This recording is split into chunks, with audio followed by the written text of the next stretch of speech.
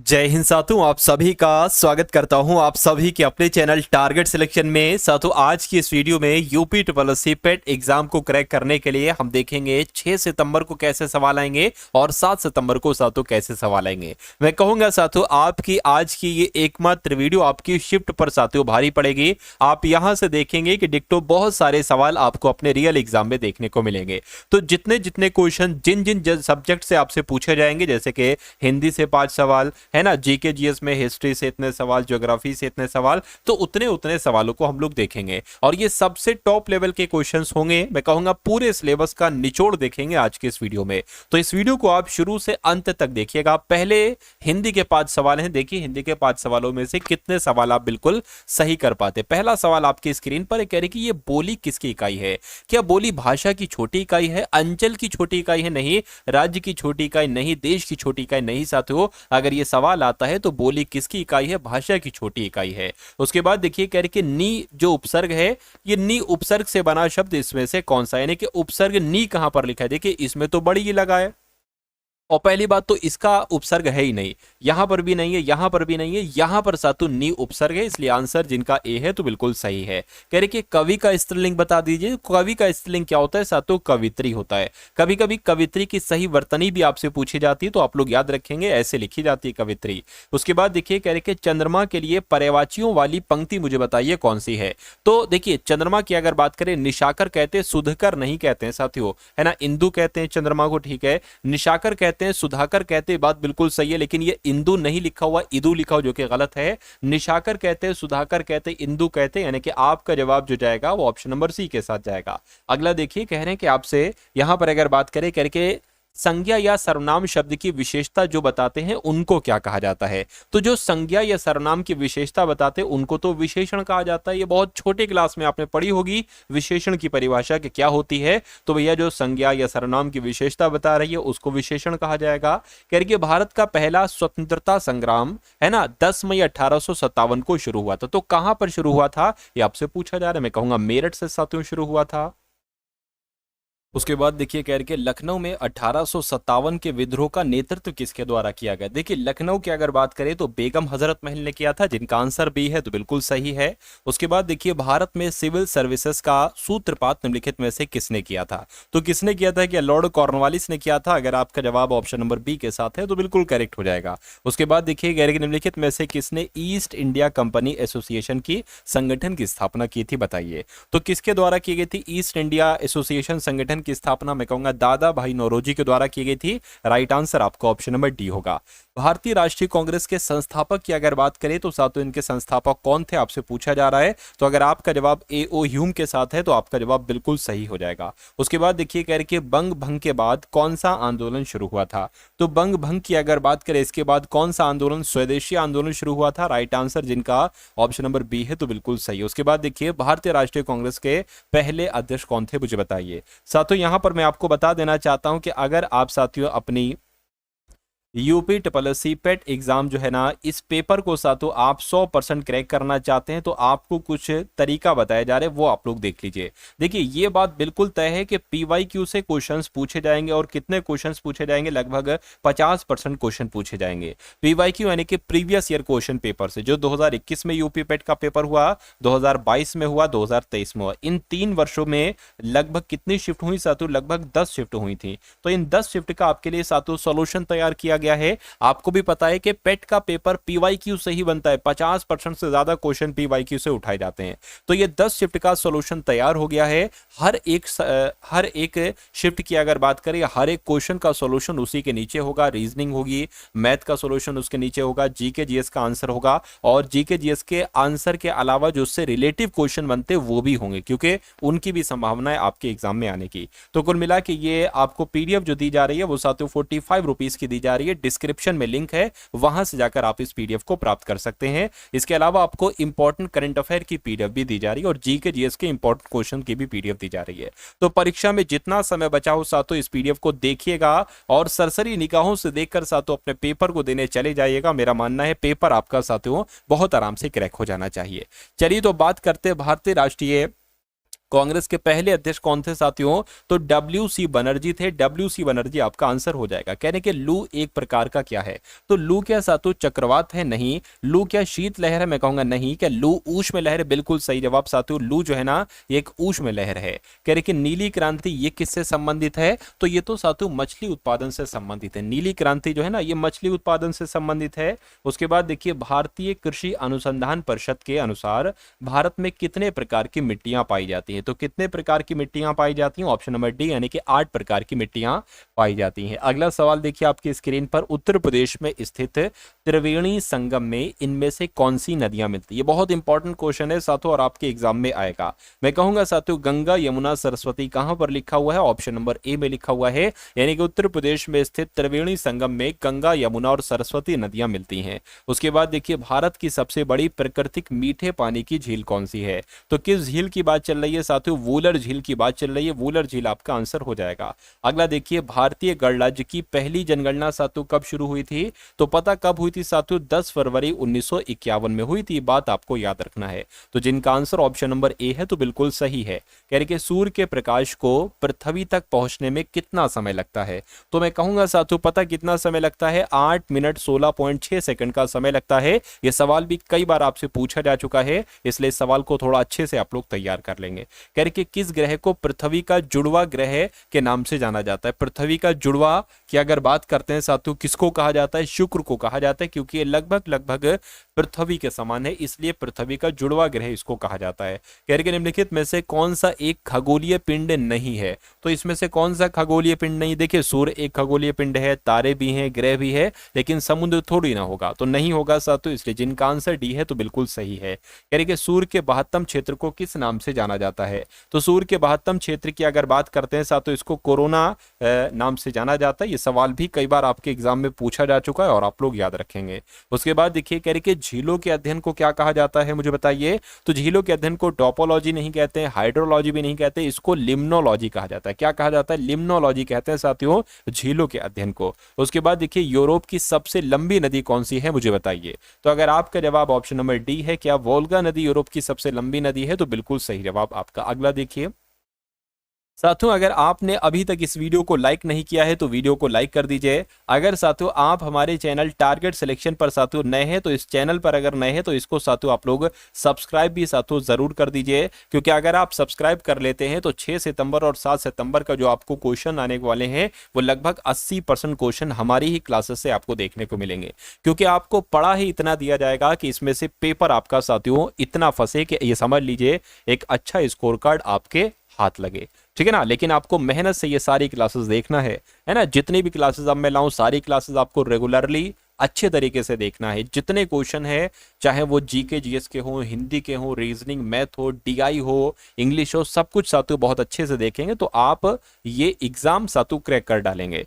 चलिए तो बात करते हैं कि भारत का संविधान किसके द्वारा हस्त लिखा है? तो मैं कहूंगा बहुत प्रेम से लिखा था इन्होंने, हाथों से तो लिखा था लेकिन बहुत प्रेम से। इनका नाम है प्रेम बिहारी नारायण रायजादा और इन्होंने संविधान को हाथ से लिखा था। कह रहे कि भारत के संविधान की प्रारूप समिति के अध्यक्ष कौन थे? तो डॉक्टर भीमराव अंबेडकर की अगर बात करें यही भारत के संविधान की प्रारूप समिति के अध्यक्ष थे। कहने के साथ तो यहां पर अगर बात करें लाभ के गतिशील सिद्धांत का प्रस्तावक कौन था? तो साथियों कौन था? मैं कहूंगा जेबी क्लार्क की अगर बात करते जेबी क्लार्क ही लाभ के गतिशील सिद्धांत का प्रस्तावक था।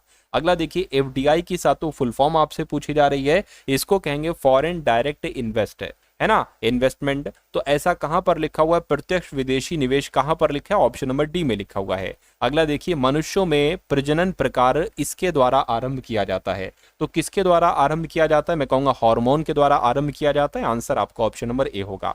उसके बाद देखिए करके मानव नेत्र में किस प्रकार का लेंस पाया जाता है? तो मानव नेत्र में साथियों पता उत्तल लेंस पाया जाता है। राइट आंसर आपका आगे है ऑप्शन नंबर बी के साथ, तो बिल्कुल सही है।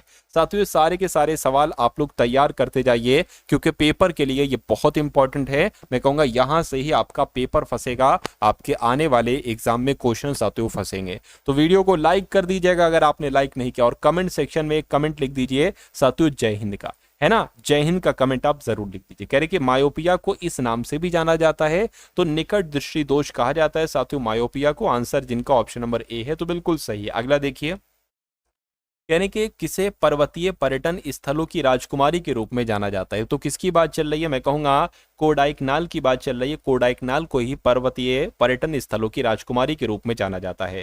यानी कि सबसे पहले भगवत गीता को अंग्रेजी में किसने अनुवाद किया था? तो ये काम साथियों चार्ल्स विलिंगसन का था। आंसर आपका जो जाएगा वो ऑप्शन नंबर बी के साथ जाएगा। उसके बाद देखिए कह रहे कि ज्ञान भारतम मिशन शुरू किया। तो ज्ञान भारतम मिशन की अगर बात करें, देखिए अब करंट अफेयर के सवाल हम लोग देखेंगे यहाँ पर जो बहुत इंपॉर्टेंट है। नरेंद्र मोदी के द्वारा ही साथियों ज्ञान भारतम मिशन को शुरू किया गया था। उसके बाद देखिए किस देश ने फिलिस्तीन को एक अलग राष्ट्र के रूप में मान्यता देने की घोषणा की? तो मैं कहूंगा साथियों ब्रिटेन आपका जवाब हो जाएगा। यानी कि ब्रिटेन देश ने फिलिस्तीन को एक अलग राष्ट्र के रूप में मान्यता देने की घोषणा की है। उसके बाद देखिए सशस्त्र सीमा बल का नया महानिदेशक नियुक्त किया गया है। तो किसको नियुक्त किया गया है साथियों? संजय सिंघल को नियुक्त किया गया है। आंसर आपका जाएगा ऑप्शन नंबर बी के साथ। उसके बाद देखिए कह रहे कि नवनिर्मित बुद्ध सम्यक दर्शन संग्रहालय और स्मारक स्तूप का उद्घाटन कहां पर किया गया है? तो मैं कहूंगा साथियों वैशाली में किया गया है। वैशाली आपका बिल्कुल सही जवाब हो जाएगा। साथियों आप ये सवाल फटाफट याद करते रहिए, हो सकता है ये क्लास आपको दोबारा ना मिल पाए। तो अभी आपको जो मिल रहा है साथियों उसको आप बहुत ध्यान से देखिए। मैं कहूंगा अगर सिर्फ ध्यान से ही आपने देखा तो ये सारे क्वेश्चंस आपके मनोमस्तिष्क में साथियों स्टोर हो जाएंगे। यानी कि इंटरनेशनल मॉनिटरिंग फंड यानी कि अंतर्राष्ट्रीय मुद्रा कोष ने वित्त वर्ष 2026 में भारत की आर्थिक वृद्धि दर कितने प्रतिशत रहने का अनुमान लगाया है? तो साथियों 6.4% रहने का अनुमान लगाया है। ये बात आपको याद रखना है। उसके बाद देखिए कह रहे कि अमेरिकी राष्ट्रपति डोनाल्ड ट्रंप ने भारतीय निर्यात पर कितने प्रतिशत टैरिफ लगाने की घोषणा की है? तो 25% टैरिफ लगाने की घोषणा की है। आंसर आपका ए होगा। उसके बाद देखिए कह रहे कि भारत का पहला एआई आधारित सड़क सुरक्षा पायलट प्रोजेक्ट किस राज्य में शुरू हुआ है? तो ये साथियों पता कहां पर शुरू हुआ है? ये अपने उत्तर प्रदेश में शुरू हुआ है। यानी कि भारत का पहला एआई आधारित सड़क सुरक्षा पायलट प्रोजेक्ट ये उत्तर प्रदेश में शुरू किया गया है। उसके बाद देखिए कह रहे कि भारतीय तटरक्षक बल के तीव्र गश्ती पोत यानी कि अटल का जलावतरण साथियों कहां पर किया गया है? तो इसका जलावतरण गोवा में किया गया। आंसर आपका जाएगा ऑप्शन नंबर सी के साथ। उसके बाद देखिए कह रहे कि मेघनाथ देसाई का भी हाल फिलहाल में निधन हुआ है। तो ये पता कौन थे साथियों? ये एक अर्थशास्त्री थे, है ना। मेघनाथ देसाई का निधन हुआ है। ये कौन थे? ये एक अर्थशास्त्री थे। आंसर आपका ऑप्शन नंबर बी होगा। कहने के निसार उपग्रह का सफलतापूर्वक परीक्षण प्रक्षेपण जो किया गया है अभी, वो पता कहां से किया गया? वो श्री हरिकोटा में किया गया है। राइट आंसर आपका ऑप्शन नंबर सी हो जाएगा। उसके बाद देखिए कह रहे कि एशियन यूथ चैंपियनशिप में दिव्यांशी भौमिक ने कौन सा पदक जीता है? तो इन्होंने साथियों कौन सा पदक जीता है? स्वर्ण पदक जीता है। आंसर आपका जाएगा ऑप्शन नंबर सी के साथ। अगला सवाल देखिए कह रहे कि किसे प्रॉक्टर एंड गैम्बल का अगला वैश्विक अध्यक्ष और सीईओ नियुक्त किया गया है? तो इनका नाम साथियों शैलेश जेजुरीकर है और शैलेश जेजुरीकर को ही प्रॉक्टर एंड गैम्बल का अगला वैश्विक अध्यक्ष और सीईओ नियुक्त किया गया है। उसके बाद देखिए किसने महिला यूरो कप 2025 खिताब जीता है? तो मैं कहूंगा साथियों इंग्लैंड की अगर बात करते हैं, इंग्लैंड ने ही महिला यूरो कप 2025 खिताब जीता है। अब यहाँ पर साथियों आपके डीआई के क्वेश्चन स्टार्ट हो चुके हैं। तो लगभग 5 सवालों को हम लोग देखेंगे साथियों डीआई के। और देखिएगा ये डिक्टो भी आपसे सवाल पूछे जा सकते हैं, क्योंकि पिछले पेट में भी साथियों ऐसा हुआ था कि पढ़ाया गया और डिक्टो डीआई के साथियों सवाल आ गए, है ना। यानी कि जहां से हमने कंटेंट उठाया वहां से एग्जामिनर ने भी कंटेंट उठा लिया। ऐसा हुआ था पिछली सालों में भी। चलिए तो अब अगर बात करते कह रहे कि निम्न आलेख में एक माध्यमिक विद्यालय के एक वर्ष विशेष की वार्षिक परीक्षा के परिणामों को दर्शाया गया है। यानी कि क्लास 6 है, क्लास 7 है, 8 है, 9 है, 10 है। अगर बात करते हैं साथियों देखिए ये जो है ना खाली खाली ये बॉयज है, जैसे कि ये वाला आपका बॉयज हो जाएगा और ये जो डार्क वाला है ये गर्ल्स हो जाएगा। यानी कि अगर बात करते हैं साथियों उत्तीर्ण छात्रों की संख्या, अगर मैं आपसे पूछूं क्लास 6 में कितनी लड़कियां पास हुई हैं, तो आप यहां पर जाओ, क्योंकि लड़कियां ये वाली हैं, देखिए ये वाली, तो 70 लड़कियां पास हुई हैं। पूछा जाए कितने लड़के पास हुए हैं, तो लड़कों वाला ये है 80 लड़के पास हुए हैं। अगर मैं आपसे पूछूं क्लास 9 में कितनी लड़कियां पास हुई, तो लड़कियों वाला ये देखिए ये 80, और कितने लड़के पास हुए हैं, तो लड़के 70 पास हुए हैं, है ना। तो इस पर आधारित साथियों आपकी ये पूरी डीआई है। पहला सवाल है कह रहे कि वो कक्षा कौन सी है जिसे उत्तीर्ण करने वाले विद्यार्थी सबसे ज्यादा हैं।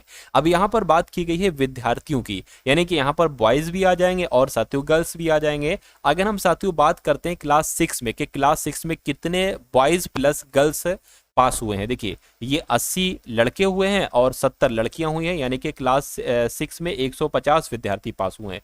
क्लास 7 की अगर बात करते हैं तो 40 लड़कियां और साथियों, सॉरी 40 लड़के और 100 लड़के हो जाएंगे। 40 क्या हो जाएंगी, लड़के 40 लड़के हो जाएंगे और 100 लड़के, यानी कि 140 क्लास 7 में पास हुए हैं। क्लास 8 की बात करें तो साथियों 50 और 90 140 यहाँ पर आ जाएंगे। और यहाँ पर अगर 9 की बात करते हैं तो 70 और 80 वही 150 आ जाएंगे। इसकी अगर बात करते हैं 70 और 90 कितने हो जाएंगे, 160 हो जाएंगे। तो मैं कहूँगा सबसे ज़्यादा तो यहाँ पर पास किया गया है क्लास 10th में। तो आपके इस क्वेश्चन का राइट आंसर जो होगा वो क्लास 10th हो जाएगा। और क्लास 10th कहाँ पर लिखा हुआ है साथियों, ऑप्शन नंबर सी में लिखा हुआ है। तो जिनका आंसर यहाँ पर ऑप्शन नंबर सी है तो बिल्कुल सही है। उसके बाद देखिए अगला सवाल आपकी स्क्रीन पर है, कह रहे कि क्लास 7, 8 और 9 में उत्तीर्ण होने वाले लड़कों और लड़कियों की संख्या का अनुपात क्या होगा। अब देखिए क्लास 7 से स्टार्टिंग की गई, 7, 8 और 9, इसमें पहले निकाल लीजिए साथियों लड़कों की संख्या, है ना। तो ये 40 ये हो जाएंगे और इसमें कितने 90 यानी कि 130 और ये 130 और 130 और 70 यानी कि 200। तो बॉयज़ की अगर बात करें या गर्ल्स की बात करें तो 200 बॉयज़ हो गए। और गर्ल्स की अगर बात करते हैं तो साथियों ये 100 और ये कितनी 50, 150, 150 और साथियों 80, 230, 280, 230 इधर हो गई। जीरो से जीरो कैंसिल हो जाएगा, यानी कि 20:23 आपका बॉयज़ का और गर्ल्स का अनुपात आ जाएगा। जो कहाँ पर लिखा हुआ है साथियों, जो आपका यहाँ पर ऑप्शन नंबर ए में लिखा हुआ है। तो जिनका आंसर यहाँ पर ऑप्शन नंबर ए है तो बिल्कुल सही है। उसके बाद देखिए कह रहे कि उत्तीर्ण होने वाले लड़कों की प्रति कक्षा के आधार पर औसत संख्या क्या है ना। तो यहाँ पर साथियों उत्तीर्ण होने वाले लड़कों की औसत संख्या आपसे पूछी जा रही है। तो लड़कों की अगर बात करते हैं साथियों, लड़कों वाला ये वाला है, देखिए 80 हो जाएंगे, है ना। 80 इधर हो गए और इधर कितने हो जाएंगे, 80 और 40 120, 120 और 90 कितने हो जाएंगे साथियों, 210 हो जाएंगे। 210 साथियों इतने हो गए। और अगर बात करते इधर 70 की, 70 आपके ये हो गए और इधर बात करें 70 की, तो इनको जरा प्लस कर लीजिए, 0 0 0 हो जाएगा, 7 7 14, 1 15 हो जाएगा और ये आपका 3 यानी कि 350 हो जाएंगे। अब यहाँ पर अगर बात करें कितनी कक्षाएं हैं, है ना, तो 1 2 3 4 5, 5 कक्षाएं हैं। तो इसको 5 से भाग कर लीजिए, कितना आ जाएगा साथियों, 70 आ जाएगा। और 70 आपके इस सवाल का बिल्कुल सही जवाब हो जाएगा। उसके बाद देखिए अगला सवाल आपसे कहा जा रहा है यहाँ पर कि कक्षा में उत्तीर्ण लड़कों की संख्या और लड़कियों की संख्या से कितने प्रतिशत कम है, ये आपसे पूछा जा रहा है। तो सबसे पहले कुल मिला के लड़कों की संख्या का योग और लड़कियों की संख्या का योग आप लोग यहाँ पर निकाल लीजिए। तो लड़कियों की अगर बात करते हैं साथियों, लड़कियों की संख्या ये कितनी है, 70 और ये 10, 170, 170 और 50 कितना हो जाएगा साथियों, 220 हो जाएगा। 220 और ये 80 यानी कि कितना हो गया साथियों, 300 हो गया। 300 और 90, 390 यानी कि बॉयज और गर्ल्स की अगर बात करते हैं साथियों, 390 लड़कियां हो गई। लड़के कितने अगर बात करें तो शायद 350 जोड़े थे ना हमने लड़के, तो 350 इधर आ जाएंगे। तो ये इससे कितना क्या है साथियों, कम है। तो मैं कहूंगा लड़कों की संख्या लड़कियों की संख्या से कितने कम है, तो 40 कम है। इस 40 को आपको प्रतिशत में बदल लेना है क्योंकि प्रतिशत में आपसे पूछा जा रहा है। 40 कम है किससे, 390 से, तो 390 यहां पर आएगा। इस जीरो से आपका ये जीरो कैंसिल हो जाएगा, यानी कि ऊपर रहा 400 और नीचे रहा साथियों 39। इसको आपको क्या करना है, इसको ही आपको साथियों यहाँ पर कैलकुलेट करना है। तो इसको आप क्या करिए साथियों, कैलकुलेट कर डालिए। ये आपका 400 आ गया, ये आपका 39 आ गया, है ना।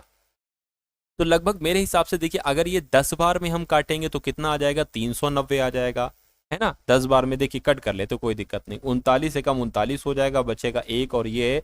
अब यहाँ पर अगर बात करते हैं साथियों, क्या हम कर सकते हैं, हम यहाँ पर साथियों क्या एक पॉइंट लगाएंगे, पॉइंट से पहले यहाँ जीरो बढ़ाएंगे और यहाँ पॉइंट लगेगा और यहाँ पर भी एक जीरो बढ़ेगा। तो 39 दुना कितना हो जाएगा साथियों, 39 दुना आपका 78 हो जाएगा। 39 दुना आपका 78 हो गया। अब जो बचेगा कुल मिला के 10.2 करके आंसर आ रहा है और 10.2 करके आंसर ऑप्शन नंबर ए में आ रहा है। तो ये क्या होगा, ये आपके उस सवाल का बिल्कुल सही जवाब हो जाएगा। अगले नंबर का सवाल साथियों आपके स्क्रीन पर है। आपसे कहा जा रहा है कि अब रीजनिंग के सवाल यहाँ पर स्टार्ट हैं आपके सामने। तो रीजनिंग के बहुत शानदार सवालों को साथियों हम लोग देखेंगे, यानी कि उस विकल्प का चयन करें जो तीसरे से, मतलब मधुमक्खियों का संबंध भिनभिनाने से है तो मुर्गियों का संबंध किससे होगा। गरजने से मुर्गियां गरजती नहीं है, किकियाती भी नहीं है, मुर्गियां कुटकुटाना करती हैं। तो इसलिए आंसर आपका सी होगा। उसके बाद देखिए अगला सवाल आपकी स्क्रीन पर कह रहे कि निम्न वेन आरेख में त्रिभुज लंबे व्यक्तियों को दर्शाता है। तो ठीक है, ये त्रिभुज की अगर बात करते हैं साथियों, ये लंबे व्यक्तियों को दर्शा रहा है। क्या साथियों, अगर बात करें ये लंबे व्यक्तियों को दर्शा रहा है, और उसके बाद कह रहे हैं कि वृत्त जो है ना काली आंखों वाली व्यक्तियों को दर्शा रहा है। तो वृत्त की अगर बात करते हैं ये काली आंखों वाली, क्या साथियों, काली आंखों वाली को दर्शा रहा है, काली आंखों वाली, है ना, काले आंखों वाले व्यक्तियों को दर्शा रहा है। और आयत भूरे बालों वाले, तो शॉर्ट में लिख देते हैं साथियों, आयत की अगर बात करते हैं तो भूरे बालों वाले को दर्शा रहा है। और वर्ग जो है ना साथियों, वर्ग ये लड़कों को निरूपित करता है, लड़कों को बता रहा है ना। तो कुल मिला के पूछा जा रहा है कि निम्नलिखित में से कौन सा अक्षर उन लंबे और काली आंखों वाले लड़कों का निरूपण करता है। लंबे, है ना, क्या लंबे, लंबे तो इसमें से आ जाएगा, इसमें से आंसर होना चाहिए। लंबे और काली, और सर्किल में से भी आंसर होना चाहिए, है ना। लंबे और काली आंखों वाले लड़कों का निरूपण करता है जिनके बाल नहीं है, बाल नहीं है। बाल की अगर बात करते हैं साथियों, भूरे बाल की बात कही गई थी, भूरे बाल, यानी कि भूरे बाल नहीं है, यानी कि आंसर आपका जो होना चाहिए वो इसमें से नहीं होना चाहिए, है ना। बाकी ये तीनों होना चाहिए, है ना, तीनों होना चाहिए। तो मैं कह सकता हूं सी की जब हम बात करते हैं तो ये साथियों लंबा व्यक्ति भी है, लड़का भी है, और ये काली आंखों वाला भी है। तो लेकिन ये भूरे बाल इसके नहीं है सी के। तो सी क्या होगा साथियों, सी आपके सवाल का बिल्कुल सही और सटीक जवाब हो जाएगा भाई। बहुत बढ़िया, वेरी गुड क्लास। अगला सवाल आपकी स्क्रीन पर है, देखिए सवाल को और बताइए सही जवाब क्या होगा। आपसे कहा जा रहा है, क्या कहा जा रहा है, बहुत ध्यान से देखिए साथियों इस सवाल को। आपसे कहा जा रहा है कि 5 सहेलियां हैं, भूमिका, राशि, श्वेता, विभा और अरुणिमा। ये पूर्व की दिशा की ओर अभिमुख होकर एक पंक्ति में बैठी। ठीक है, एक पंक्ति हम बना लेते हैं साथियों। कितने लोग हैं, 5 लोग हैं। तो 1 2 3 4 और एक साथियों यहाँ पर 5, ये 5 लोग यहाँ पर आ गई। अब कहा जा रहा है कि सभी का मुंह पूरब की तरफ है, यानी कि इस तरफ इनका मुंह है। कहने के भूमिका जो है ना ये विभा और श्वेता के बीच में बैठी हैं। ठीक है, भूमिका विभा और श्वेता के बीच में बैठी हैं, ये एक्स कुछ नहीं है।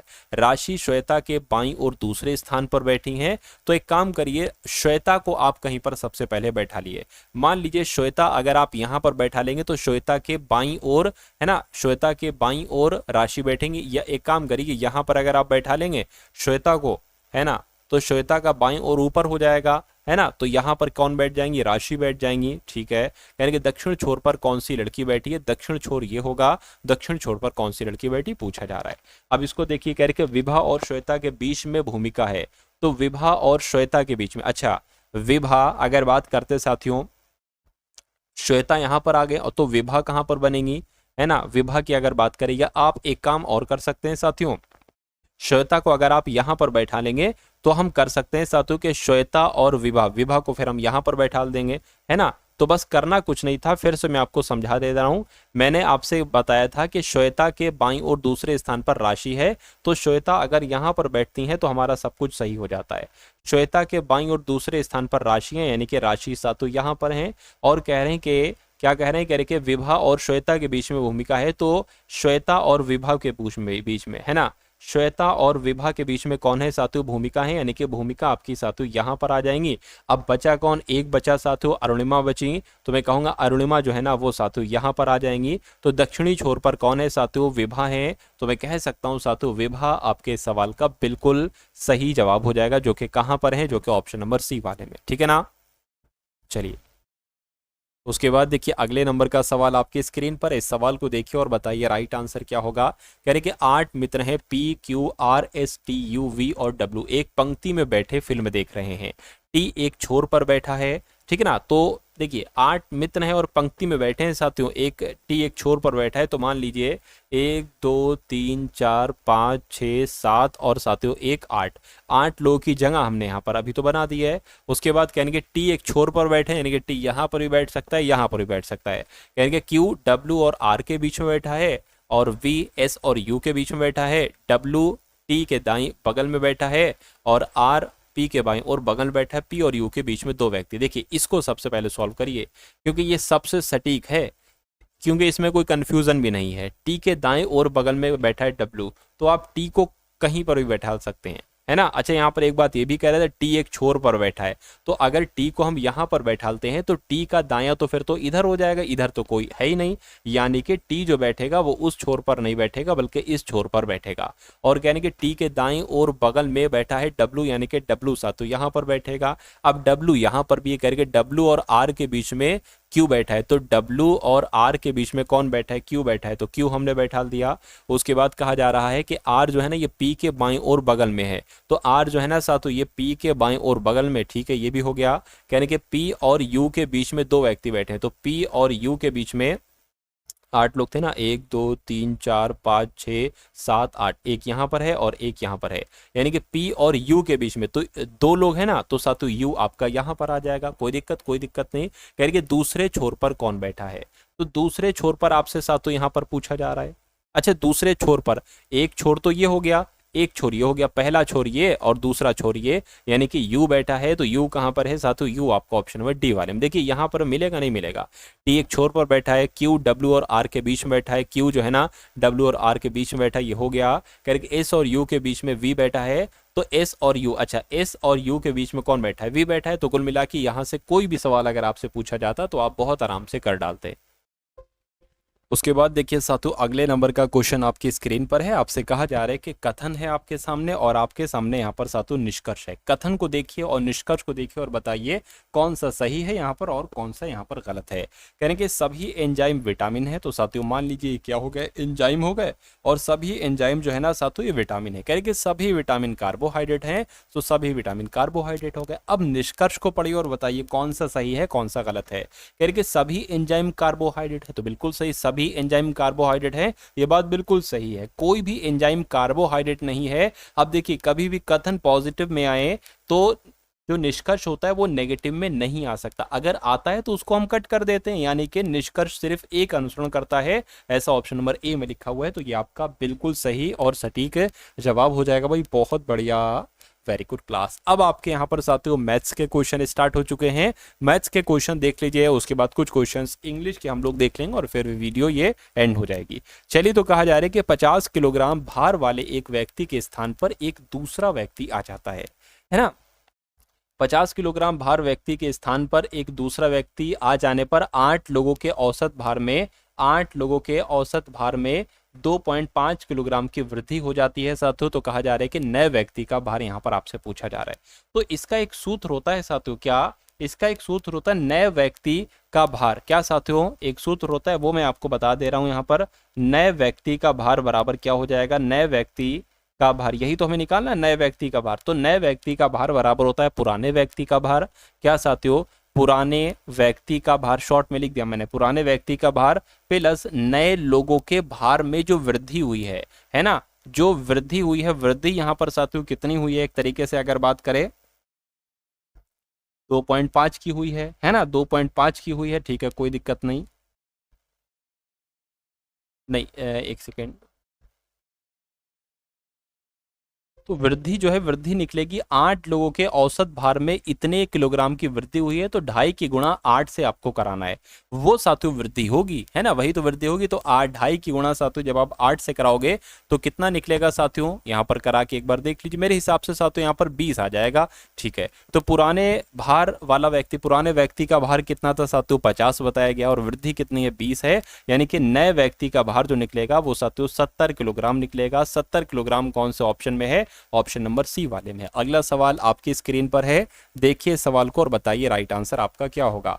आपसे कहा जा रहा है कि 5 विषयों में अमित के प्राप्तांकों का औसत 72 है, ठीक है ना। चलिए तो इसको लिख लेते हैं, 5 विषयों में अमित का जो औसत आया है वो 72 आया है।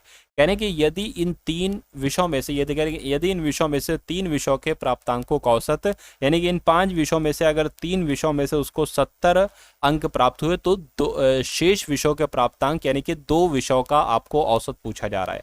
तो सबसे पहले 5 विषयों का निकाल लीजिए, 5 गुणा 72 से निकालिए, आपको 5 विषयों में प्राप्त हुए कुल योगफल मिल जाएगा। 5 दूना 10 हो जाएगा, 7 पंजे 35 और 1 36 हो जाएंगे। इसको जरा देखिए, है ना, ये तो साथियों 210 आ जाएगा, तो इसका डिफरेंस देखिए वो 2 विषयों का योग आ जाएगा, है ना। तो अंतर देखिए साथियों, 360 में से 210 को जरा घटाइए, 0 आ गया, 5 आ गया, 1 आ गया, यानी कि 150 आ गया। ये 2 विषयों का योगफल है। अब 2 विषयों का औसत निकालना है तो 2 से भाग कर दीजिए, 75 आ जाएगा। और 75 कहाँ पर लिखा हुआ है, 75 आपको ऑप्शन नंबर बी में लिखा हुआ है। अब उसके बाद देखिए अगला सवाल कह रहे हैं कि ए बी सी किसी कार्य को 5 दिन 6 दिन 8 दिन में कर सकते हैं। यदि वे एक साथ काम करें और कार्य के लिए 2950 रुपए प्राप्त हुए तो बी को कितनी धनराशि प्राप्त होगी। चलिए साथियों, कोई दिक्कत यहाँ पर नहीं है ना। यानी कि अगर बात करते हैं साथियों ए की, तो ए जो काम करता है वो 5 दिन में कोई काम कर पाता है। बी की अगर बात करते हैं साथियों, ये 6 दिन में काम कर पाता है। और सी की अगर बात करें 8 दिन में काम करता है। इनका एलसीएम निकाल लीजिए, जो कि टोटल काम हमारा होगा, है ना। तो इनका एलसीएम साथियों क्या, 8 पंजे 40 है ना, 8 पंजे 40, 8 छंग 48, 54 सातु। क्या अगर यहाँ पर हम किससे एक काम करिए, एलसीएम निकाल लीजिए सही तरीके से, क्योंकि अभी हम समझ ही नहीं पा रहे हैं और आप भी नहीं निकाल पा रहे हो। तो 5 का 5 आ जाएगा, 3 आ जाएगा, 4 आ जाएगा, फिर यहाँ पर साथियों 2 आ जाएगा, तो 3 का 3, 2 दूना 4 आ जाएगा। अब 2 आएगा, 3 आएगा एक बार, और फिर 5 आएगा। 2 दूना 4, 4 दूना 8, 8 3 24, और 24 पंजे 120, यानी कि 120 यहाँ पर साथियों आएगा। अब इसको आप क्या करिए, इसको आप हटा दीजिए, ठीक है ना। चलिए अब यहाँ पर अगर बात करें 5 की किससे करो गुणा, के ये आ जाए, यानी 5 की भाग 120 से करो, तो 5 दूना 10 हो जाएगा, और 5 चौक 20 हो जाएगा, है ना। 6 दूना 12 हो जाएगा, और 8 एकम 8, 8 पंजे 40 हो जाएगा। अब कहने का मतलब ये है कि ए डेली, है ना, ए की अगर बात करते हैं क्षमता की, यहाँ पर अगर बात करें तो 24 है। तो कुल मिला के अगर बात करते हैं साथियों, अब हम ये मान सकते हैं कि ए को भैया 24 रुपए अगर प्राप्त हुए, तो बी को 20 रुपए, तो सी को 15 रुपए, ये हम कर सकते हैं, है ना। चलिए कोई दिक्कत नहीं है। तो 2900 क्या बी की पूछी जा रही है, यानी कि ये पूछी जा रही है 2950 रुपए सबको मिले, 2950 रुपए साथियों, है ना। तीनों की यहाँ पर कमाई है, लेकिन बी की कमाई कितनी है, 20 है, और नीचे इनका योगफल आ जाएगा। तो कितना हो जाएगा, 5 और 4 9 आपका हो गया, है ना। और ये कितना हो जाएगा, 5 हो जाएगा। इसको आपको क्या करना है, कैलकुलेट करा लीजिए जरा आप। चलिए एक काम करिए, 59 पंजे देखिए जरा कितने होते हैं। 59 पंजे की अगर बात करते हैं, 9 पंजे 45 हो गया, 5 पंजे 25, बिल्कुल सही साथियों। 59 एकम 59, 59 पंजे 295 हो जाएंगे, जीरो का जीरो लगा दिया। 50 की गुणा 2 से करोगे तो साथियों कितना आ जाएगा, 1000 आ जाएगा, यानी कि बी का जो पैसा निकलेगा, धनराशि निकलेगी, वो 1000 निकलेगी। तो 1000 यहाँ पर आपका जो होगा वो बिल्कुल सही और सटीक जवाब हो जाएगा। एक आध सवाल और बाकी है, उसके बाद इंग्लिश के क्वेश्चन साथियों यहाँ पर आप लोग देखेंगे, ठीक है ना। चलिए तो अब अगर बात करते हैं यहाँ पर करके, एक मिश्रण में एल्कोहल और जल का अनुपात कितना है। एक मिश्रण में एल्कोहल की अगर बात करते हैं साथियों और जल की बात करते हैं, तो 3:4 का अनुपात है। यानी कि इसमें 8 लीटर अगर पानी मिलाने पर एल्कोहल जल का अनुपात इतना हो जाता है, तो मिश्रण की मूल मात्रा क्या है। मिश्रण की मूल मात्रा 3x 4x यानी कि 7x है, तो 7x की वैल्यू आपको निकालना है। तो 3x और यहाँ पर क्या आ जाएगा, 4x आ जाएगा। इसमें 8 लीटर पानी मिलाया गया है ना। 8 लीटर पानी मिलाया, पानी का तो ये है, तो 8 लीटर पानी मिलाया गया, तो इनका अनुपात 5:8 हो जाएगा। यहाँ पर लिखा हुआ ये चीज, इसको कैलकुलेट करके x का मान निकाल लीजिए, और फिर 7x की वैल्यू आपको निकाल देना है, आपका आंसर आ जाएगा। 8 तियां कितना हो जाएगा, 24 हो जाएगा, 24x आ गया। 5 चौक कितना हो जाएगा, 20x हो जाएगा, ठीक है। 8 पंजे 40 आपका हो जाएगा। 24x में से 20x जाएगा तो 4x बचेगा, बराबर 40 हो जाएगा। x बराबर कितना हो जाएगा, 10 हो जाएगा। और मिश्रण की मूल मात्रा कितनी है, 3x 4x बोले तो 7x, 7x की वैल्यू कितनी आ जाएगी, 70 आ जाएगी। और 70 कहाँ पर लिखा हुआ। अब उसके बाद देखिए साथियों, अब यहाँ से आपके सामने इंग्लिश के क्वेश्चन स्टार्ट हो चुके हैं। तो ज़्यादा नहीं, सिर्फ 5 सवाल हम लोग इंग्लिश के क्वेश्चन देखेंगे। करके select the most appropriate synonym of the given word, यानी कि आपको सिमिलर का सिनोनिम बताना है। सबसे पहले सिमिलर का मतलब पता क्या होता है, समान। कहते नहीं कि ये तो बिल्कुल उसके ही सिमिलर है, यानी कि उसके ही बिल्कुल समान है। तो इसका सिनोनिम साथियों क्या हो सकता है, आपसे पूछा जा रहा है। देखिए अगर बात करते हैं यहाँ पर एलियन की बात करें, तो इसका मतलब होता है अजनबी। इसका मतलब क्या होता है साथियों, अजनबी, इसको हम लोग यहाँ पर कह सकते हैं। चलिए कोई दिक्कत नहीं। एलाइक की अगर बात करते हैं साथ, तो एलाइक का मतलब क्या होता है, एलाइक का मतलब भी लगभग समान ही होता है, यानी कि सिमिलर का सिनोनिम एलाइक हो जाएगा। इक्वल, इक्वल की अगर बात करें, इक्वल का मतलब क्या होता है साथियों, बराबर होता है। सेवरल की अगर बात करें, सेवरल का मतलब अनेक होता है। तो कुल मिला के आंसर आपका ऑप्शन नंबर बी होगा। उसके बाद देखिए कह रहे कि इसमें से कौन सा इनकरेक्टली वर्ड है, आपको बताना है, बताइए। तो अगर बात करते हैं साथ, तो इन किसकी स्पेलिंग सही नहीं आपसे पूछा जाए। देखिए क्राइटेरिया, क्या क्या क्राइटेरिया है, यानी कि इसका क्या मापदंड है। इसकी स्पेलिंग बिल्कुल सही है। उसके अलावा अगर बात करते हैं साथियों यहाँ पर सॉलिटरी की अगर बात करें, इसकी स्पेलिंग भी बिल्कुल सही। इसका मतलब होता है बिल्कुल एकांत में, है ना, सॉलिटरी। और लॉजिबल की अगर बात करते हैं साथियों, लॉजिबल की स्पेलिंग की अगर बात करें, लॉजिबल साथियों यहाँ पर होना चाहिए LOGIBLE, लॉजिबल होता है साथियों। लॉजिबल का मतलब होता है पढ़ने योग्य। ये पढ़ने योग्य इसका मतलब होता है। चलिए, तो इसकी स्पेलिंग सही नहीं थी तो यही आपका आंसर हो जाएगा। इंडिविजुअल की स्पेलिंग बिल्कुल सही है ना। उसके बाद देखिए अगला सवाल आपकी स्क्रीन पर है, कह रहे कि select the most appropriate antonym of the given word, यानी कि एम्पल का आपको सातों एंटोनिम बताना है। अच्छा, एम्पल की अगर बात करें, एम्पल का मतलब क्या होता है सातों? प्रचुर, है ना, कि बहुत सारा है, प्रचुर मात्रा में है। लेकिन इसका एंटोनिम्स की अगर बात करें क्या हो जाएगा? कम मात्रा में हो जाएगा, है ना, कम मात्रा में हो जाएगा या साथियों अल्प हो जाएगा। तो इसकी इस इंग्लिश क्या होती है साथियों? स्पेयर होती है नहीं, है ना, इनफ होती है नहीं, प्लेंटी होती है ना, प्लेंटी होती है साथियों, या स्कार्स होती है, मैं कहूंगा स्कार्स होती है। राइट आंसर आपका जो जाएगा वो ऑप्शन नंबर डी होगा। उसके बाद देखिए अगला सवाल आपकी स्क्रीन पर है, कह रहे कि टू, कह रहे कि select the most appropriate meaning of the given idiom to pull a fast one on someone, इसके बारे में आपको यहाँ पर बताना है। चलिए, इसका मतलब पता है क्या होता है साथियों? धोखा देना इसका मतलब होता है। क्या इसका मतलब क्या होता है साथियों? धोखा देना होता है, यानी कि to pull a fast one on someone. तो इसकी इंग्लिश आपको बताना है। धोखा देने के लिए आप क्या कह सकते हैं? विन अगेंस्ट समवन नहीं, इंचेंट समवन नहीं, टू चीट समवन बिल्कुल साथ। तो इसका मतलब होता है धोखा देना, इसलिए आंसर आपका सी होगा। उसके बाद देखिए अगला सवाल है और अंतिम सवाल है, कह रहे if the neighbours had not stolen food we might have starved, यानी कि यहाँ पर कुल मिला के क्या आएगा? प्रोवाइड आएगा, है ना, क्या आएगा ये बात आपको बताना है। या प्रोवाइडेड यहाँ पर आएगा कि if the neighbours had not provided food, यानी कि अगर जो नेबर्स हैं, पड़ोसी हैं, वो अगर फूड प्रोवाइड नहीं करते, वी माइट हैव स्टार्व्ड, यानी कि भूखे मर सकते थे। तो कुल मिला के यहाँ पर प्रोवाइडेड आ जाएगा और प्रोवाइडेड बिल्कुल सटीक वर्ड यहाँ पर जाकर साथियों बैठेगा। ठीक है ना। तो ये साथियों आपके बहुत सारे जो सब्जेक्ट आपके एग्जाम में पूछे जाएंगे, उन सारे सब्जेक्ट से साथियों टॉप लेवल के क्वेश्चंस आप लोगों ने आज की इस वीडियो में देखिए। ये वीडियो आपको साथियों कैसी लगी एक बार कमेंट सेक्शन में ज़रूर बताइएगा। इस वीडियो को अगर आपने लाइक नहीं किया तो वीडियो को लाइक कर दीजिएगा, इस वीडियो को अपने मित्रों के साथ ज़रूर शेयर कर दीजिएगा, और इस चैनल पर अगर नए हैं तो चैनल को साथियों सब्सक्राइब कर लीजिएगा। उसके अलावा जिस पीडीएफ के बारे में मैंने आपको बताया था कि यूपीएससी पेट की आपको पीवाईक्यू दिए जा रहे हैं, आपको जीके जीएस की पीडीएफ दी जा रही है, आपको करंट अफेयर की पीडीएफ दी जा रही है, तो ये तीनों पीडीएफ आपको सिर्फ और सिर्फ साथियों 40 रुपीज़ में दी जा रही है। डिस्क्रिप्शन में लिंक है, वहां से जाकर आप इस पीडीएफ को प्राप्त कर सकते हैं। ठीक है साथियों। चलिए, तो उसके अलावा अगर साथियों बात करें, डिस्क्रिप्शन में मैंने आपको एक प्लेलिस्ट का लिंक भी दिया है। उस प्लेलिस्ट पर जब आप क्लिक करेंगे तो आपके सामने हमारी कुछ वीडियोस ओपन हो जाएंगी। मैं कहूँगा आपकी परीक्षा में जितना भी समय है, उस वीडियो के हर एक सवाल का जवाब आपके मनोमस्तिष्क में स्टोर है। तो ये समझ लीजिए वो परीक्षा आपकी क्रैक मानिए। तो इसलिए साथियों डबल स्पीड में जाकर उन सारी वीडियोस के क्वेश्चंस को तैयार कर लीजिएगा। मेरा मानना है कि तैयारी आपकी इतनी तगड़ी हो जाएगी कि पेपर आप साथियों क्रैक कर सको। चलिए, तो जय हिंद का कमेंट कर दीजिएगा, अपने मित्रों के साथ इस वीडियो को जरूर शेयर कर दीजिएगा। मिलते हैं हम सभी लोग आने वाली वीडियो में। जय हिंद साथियों।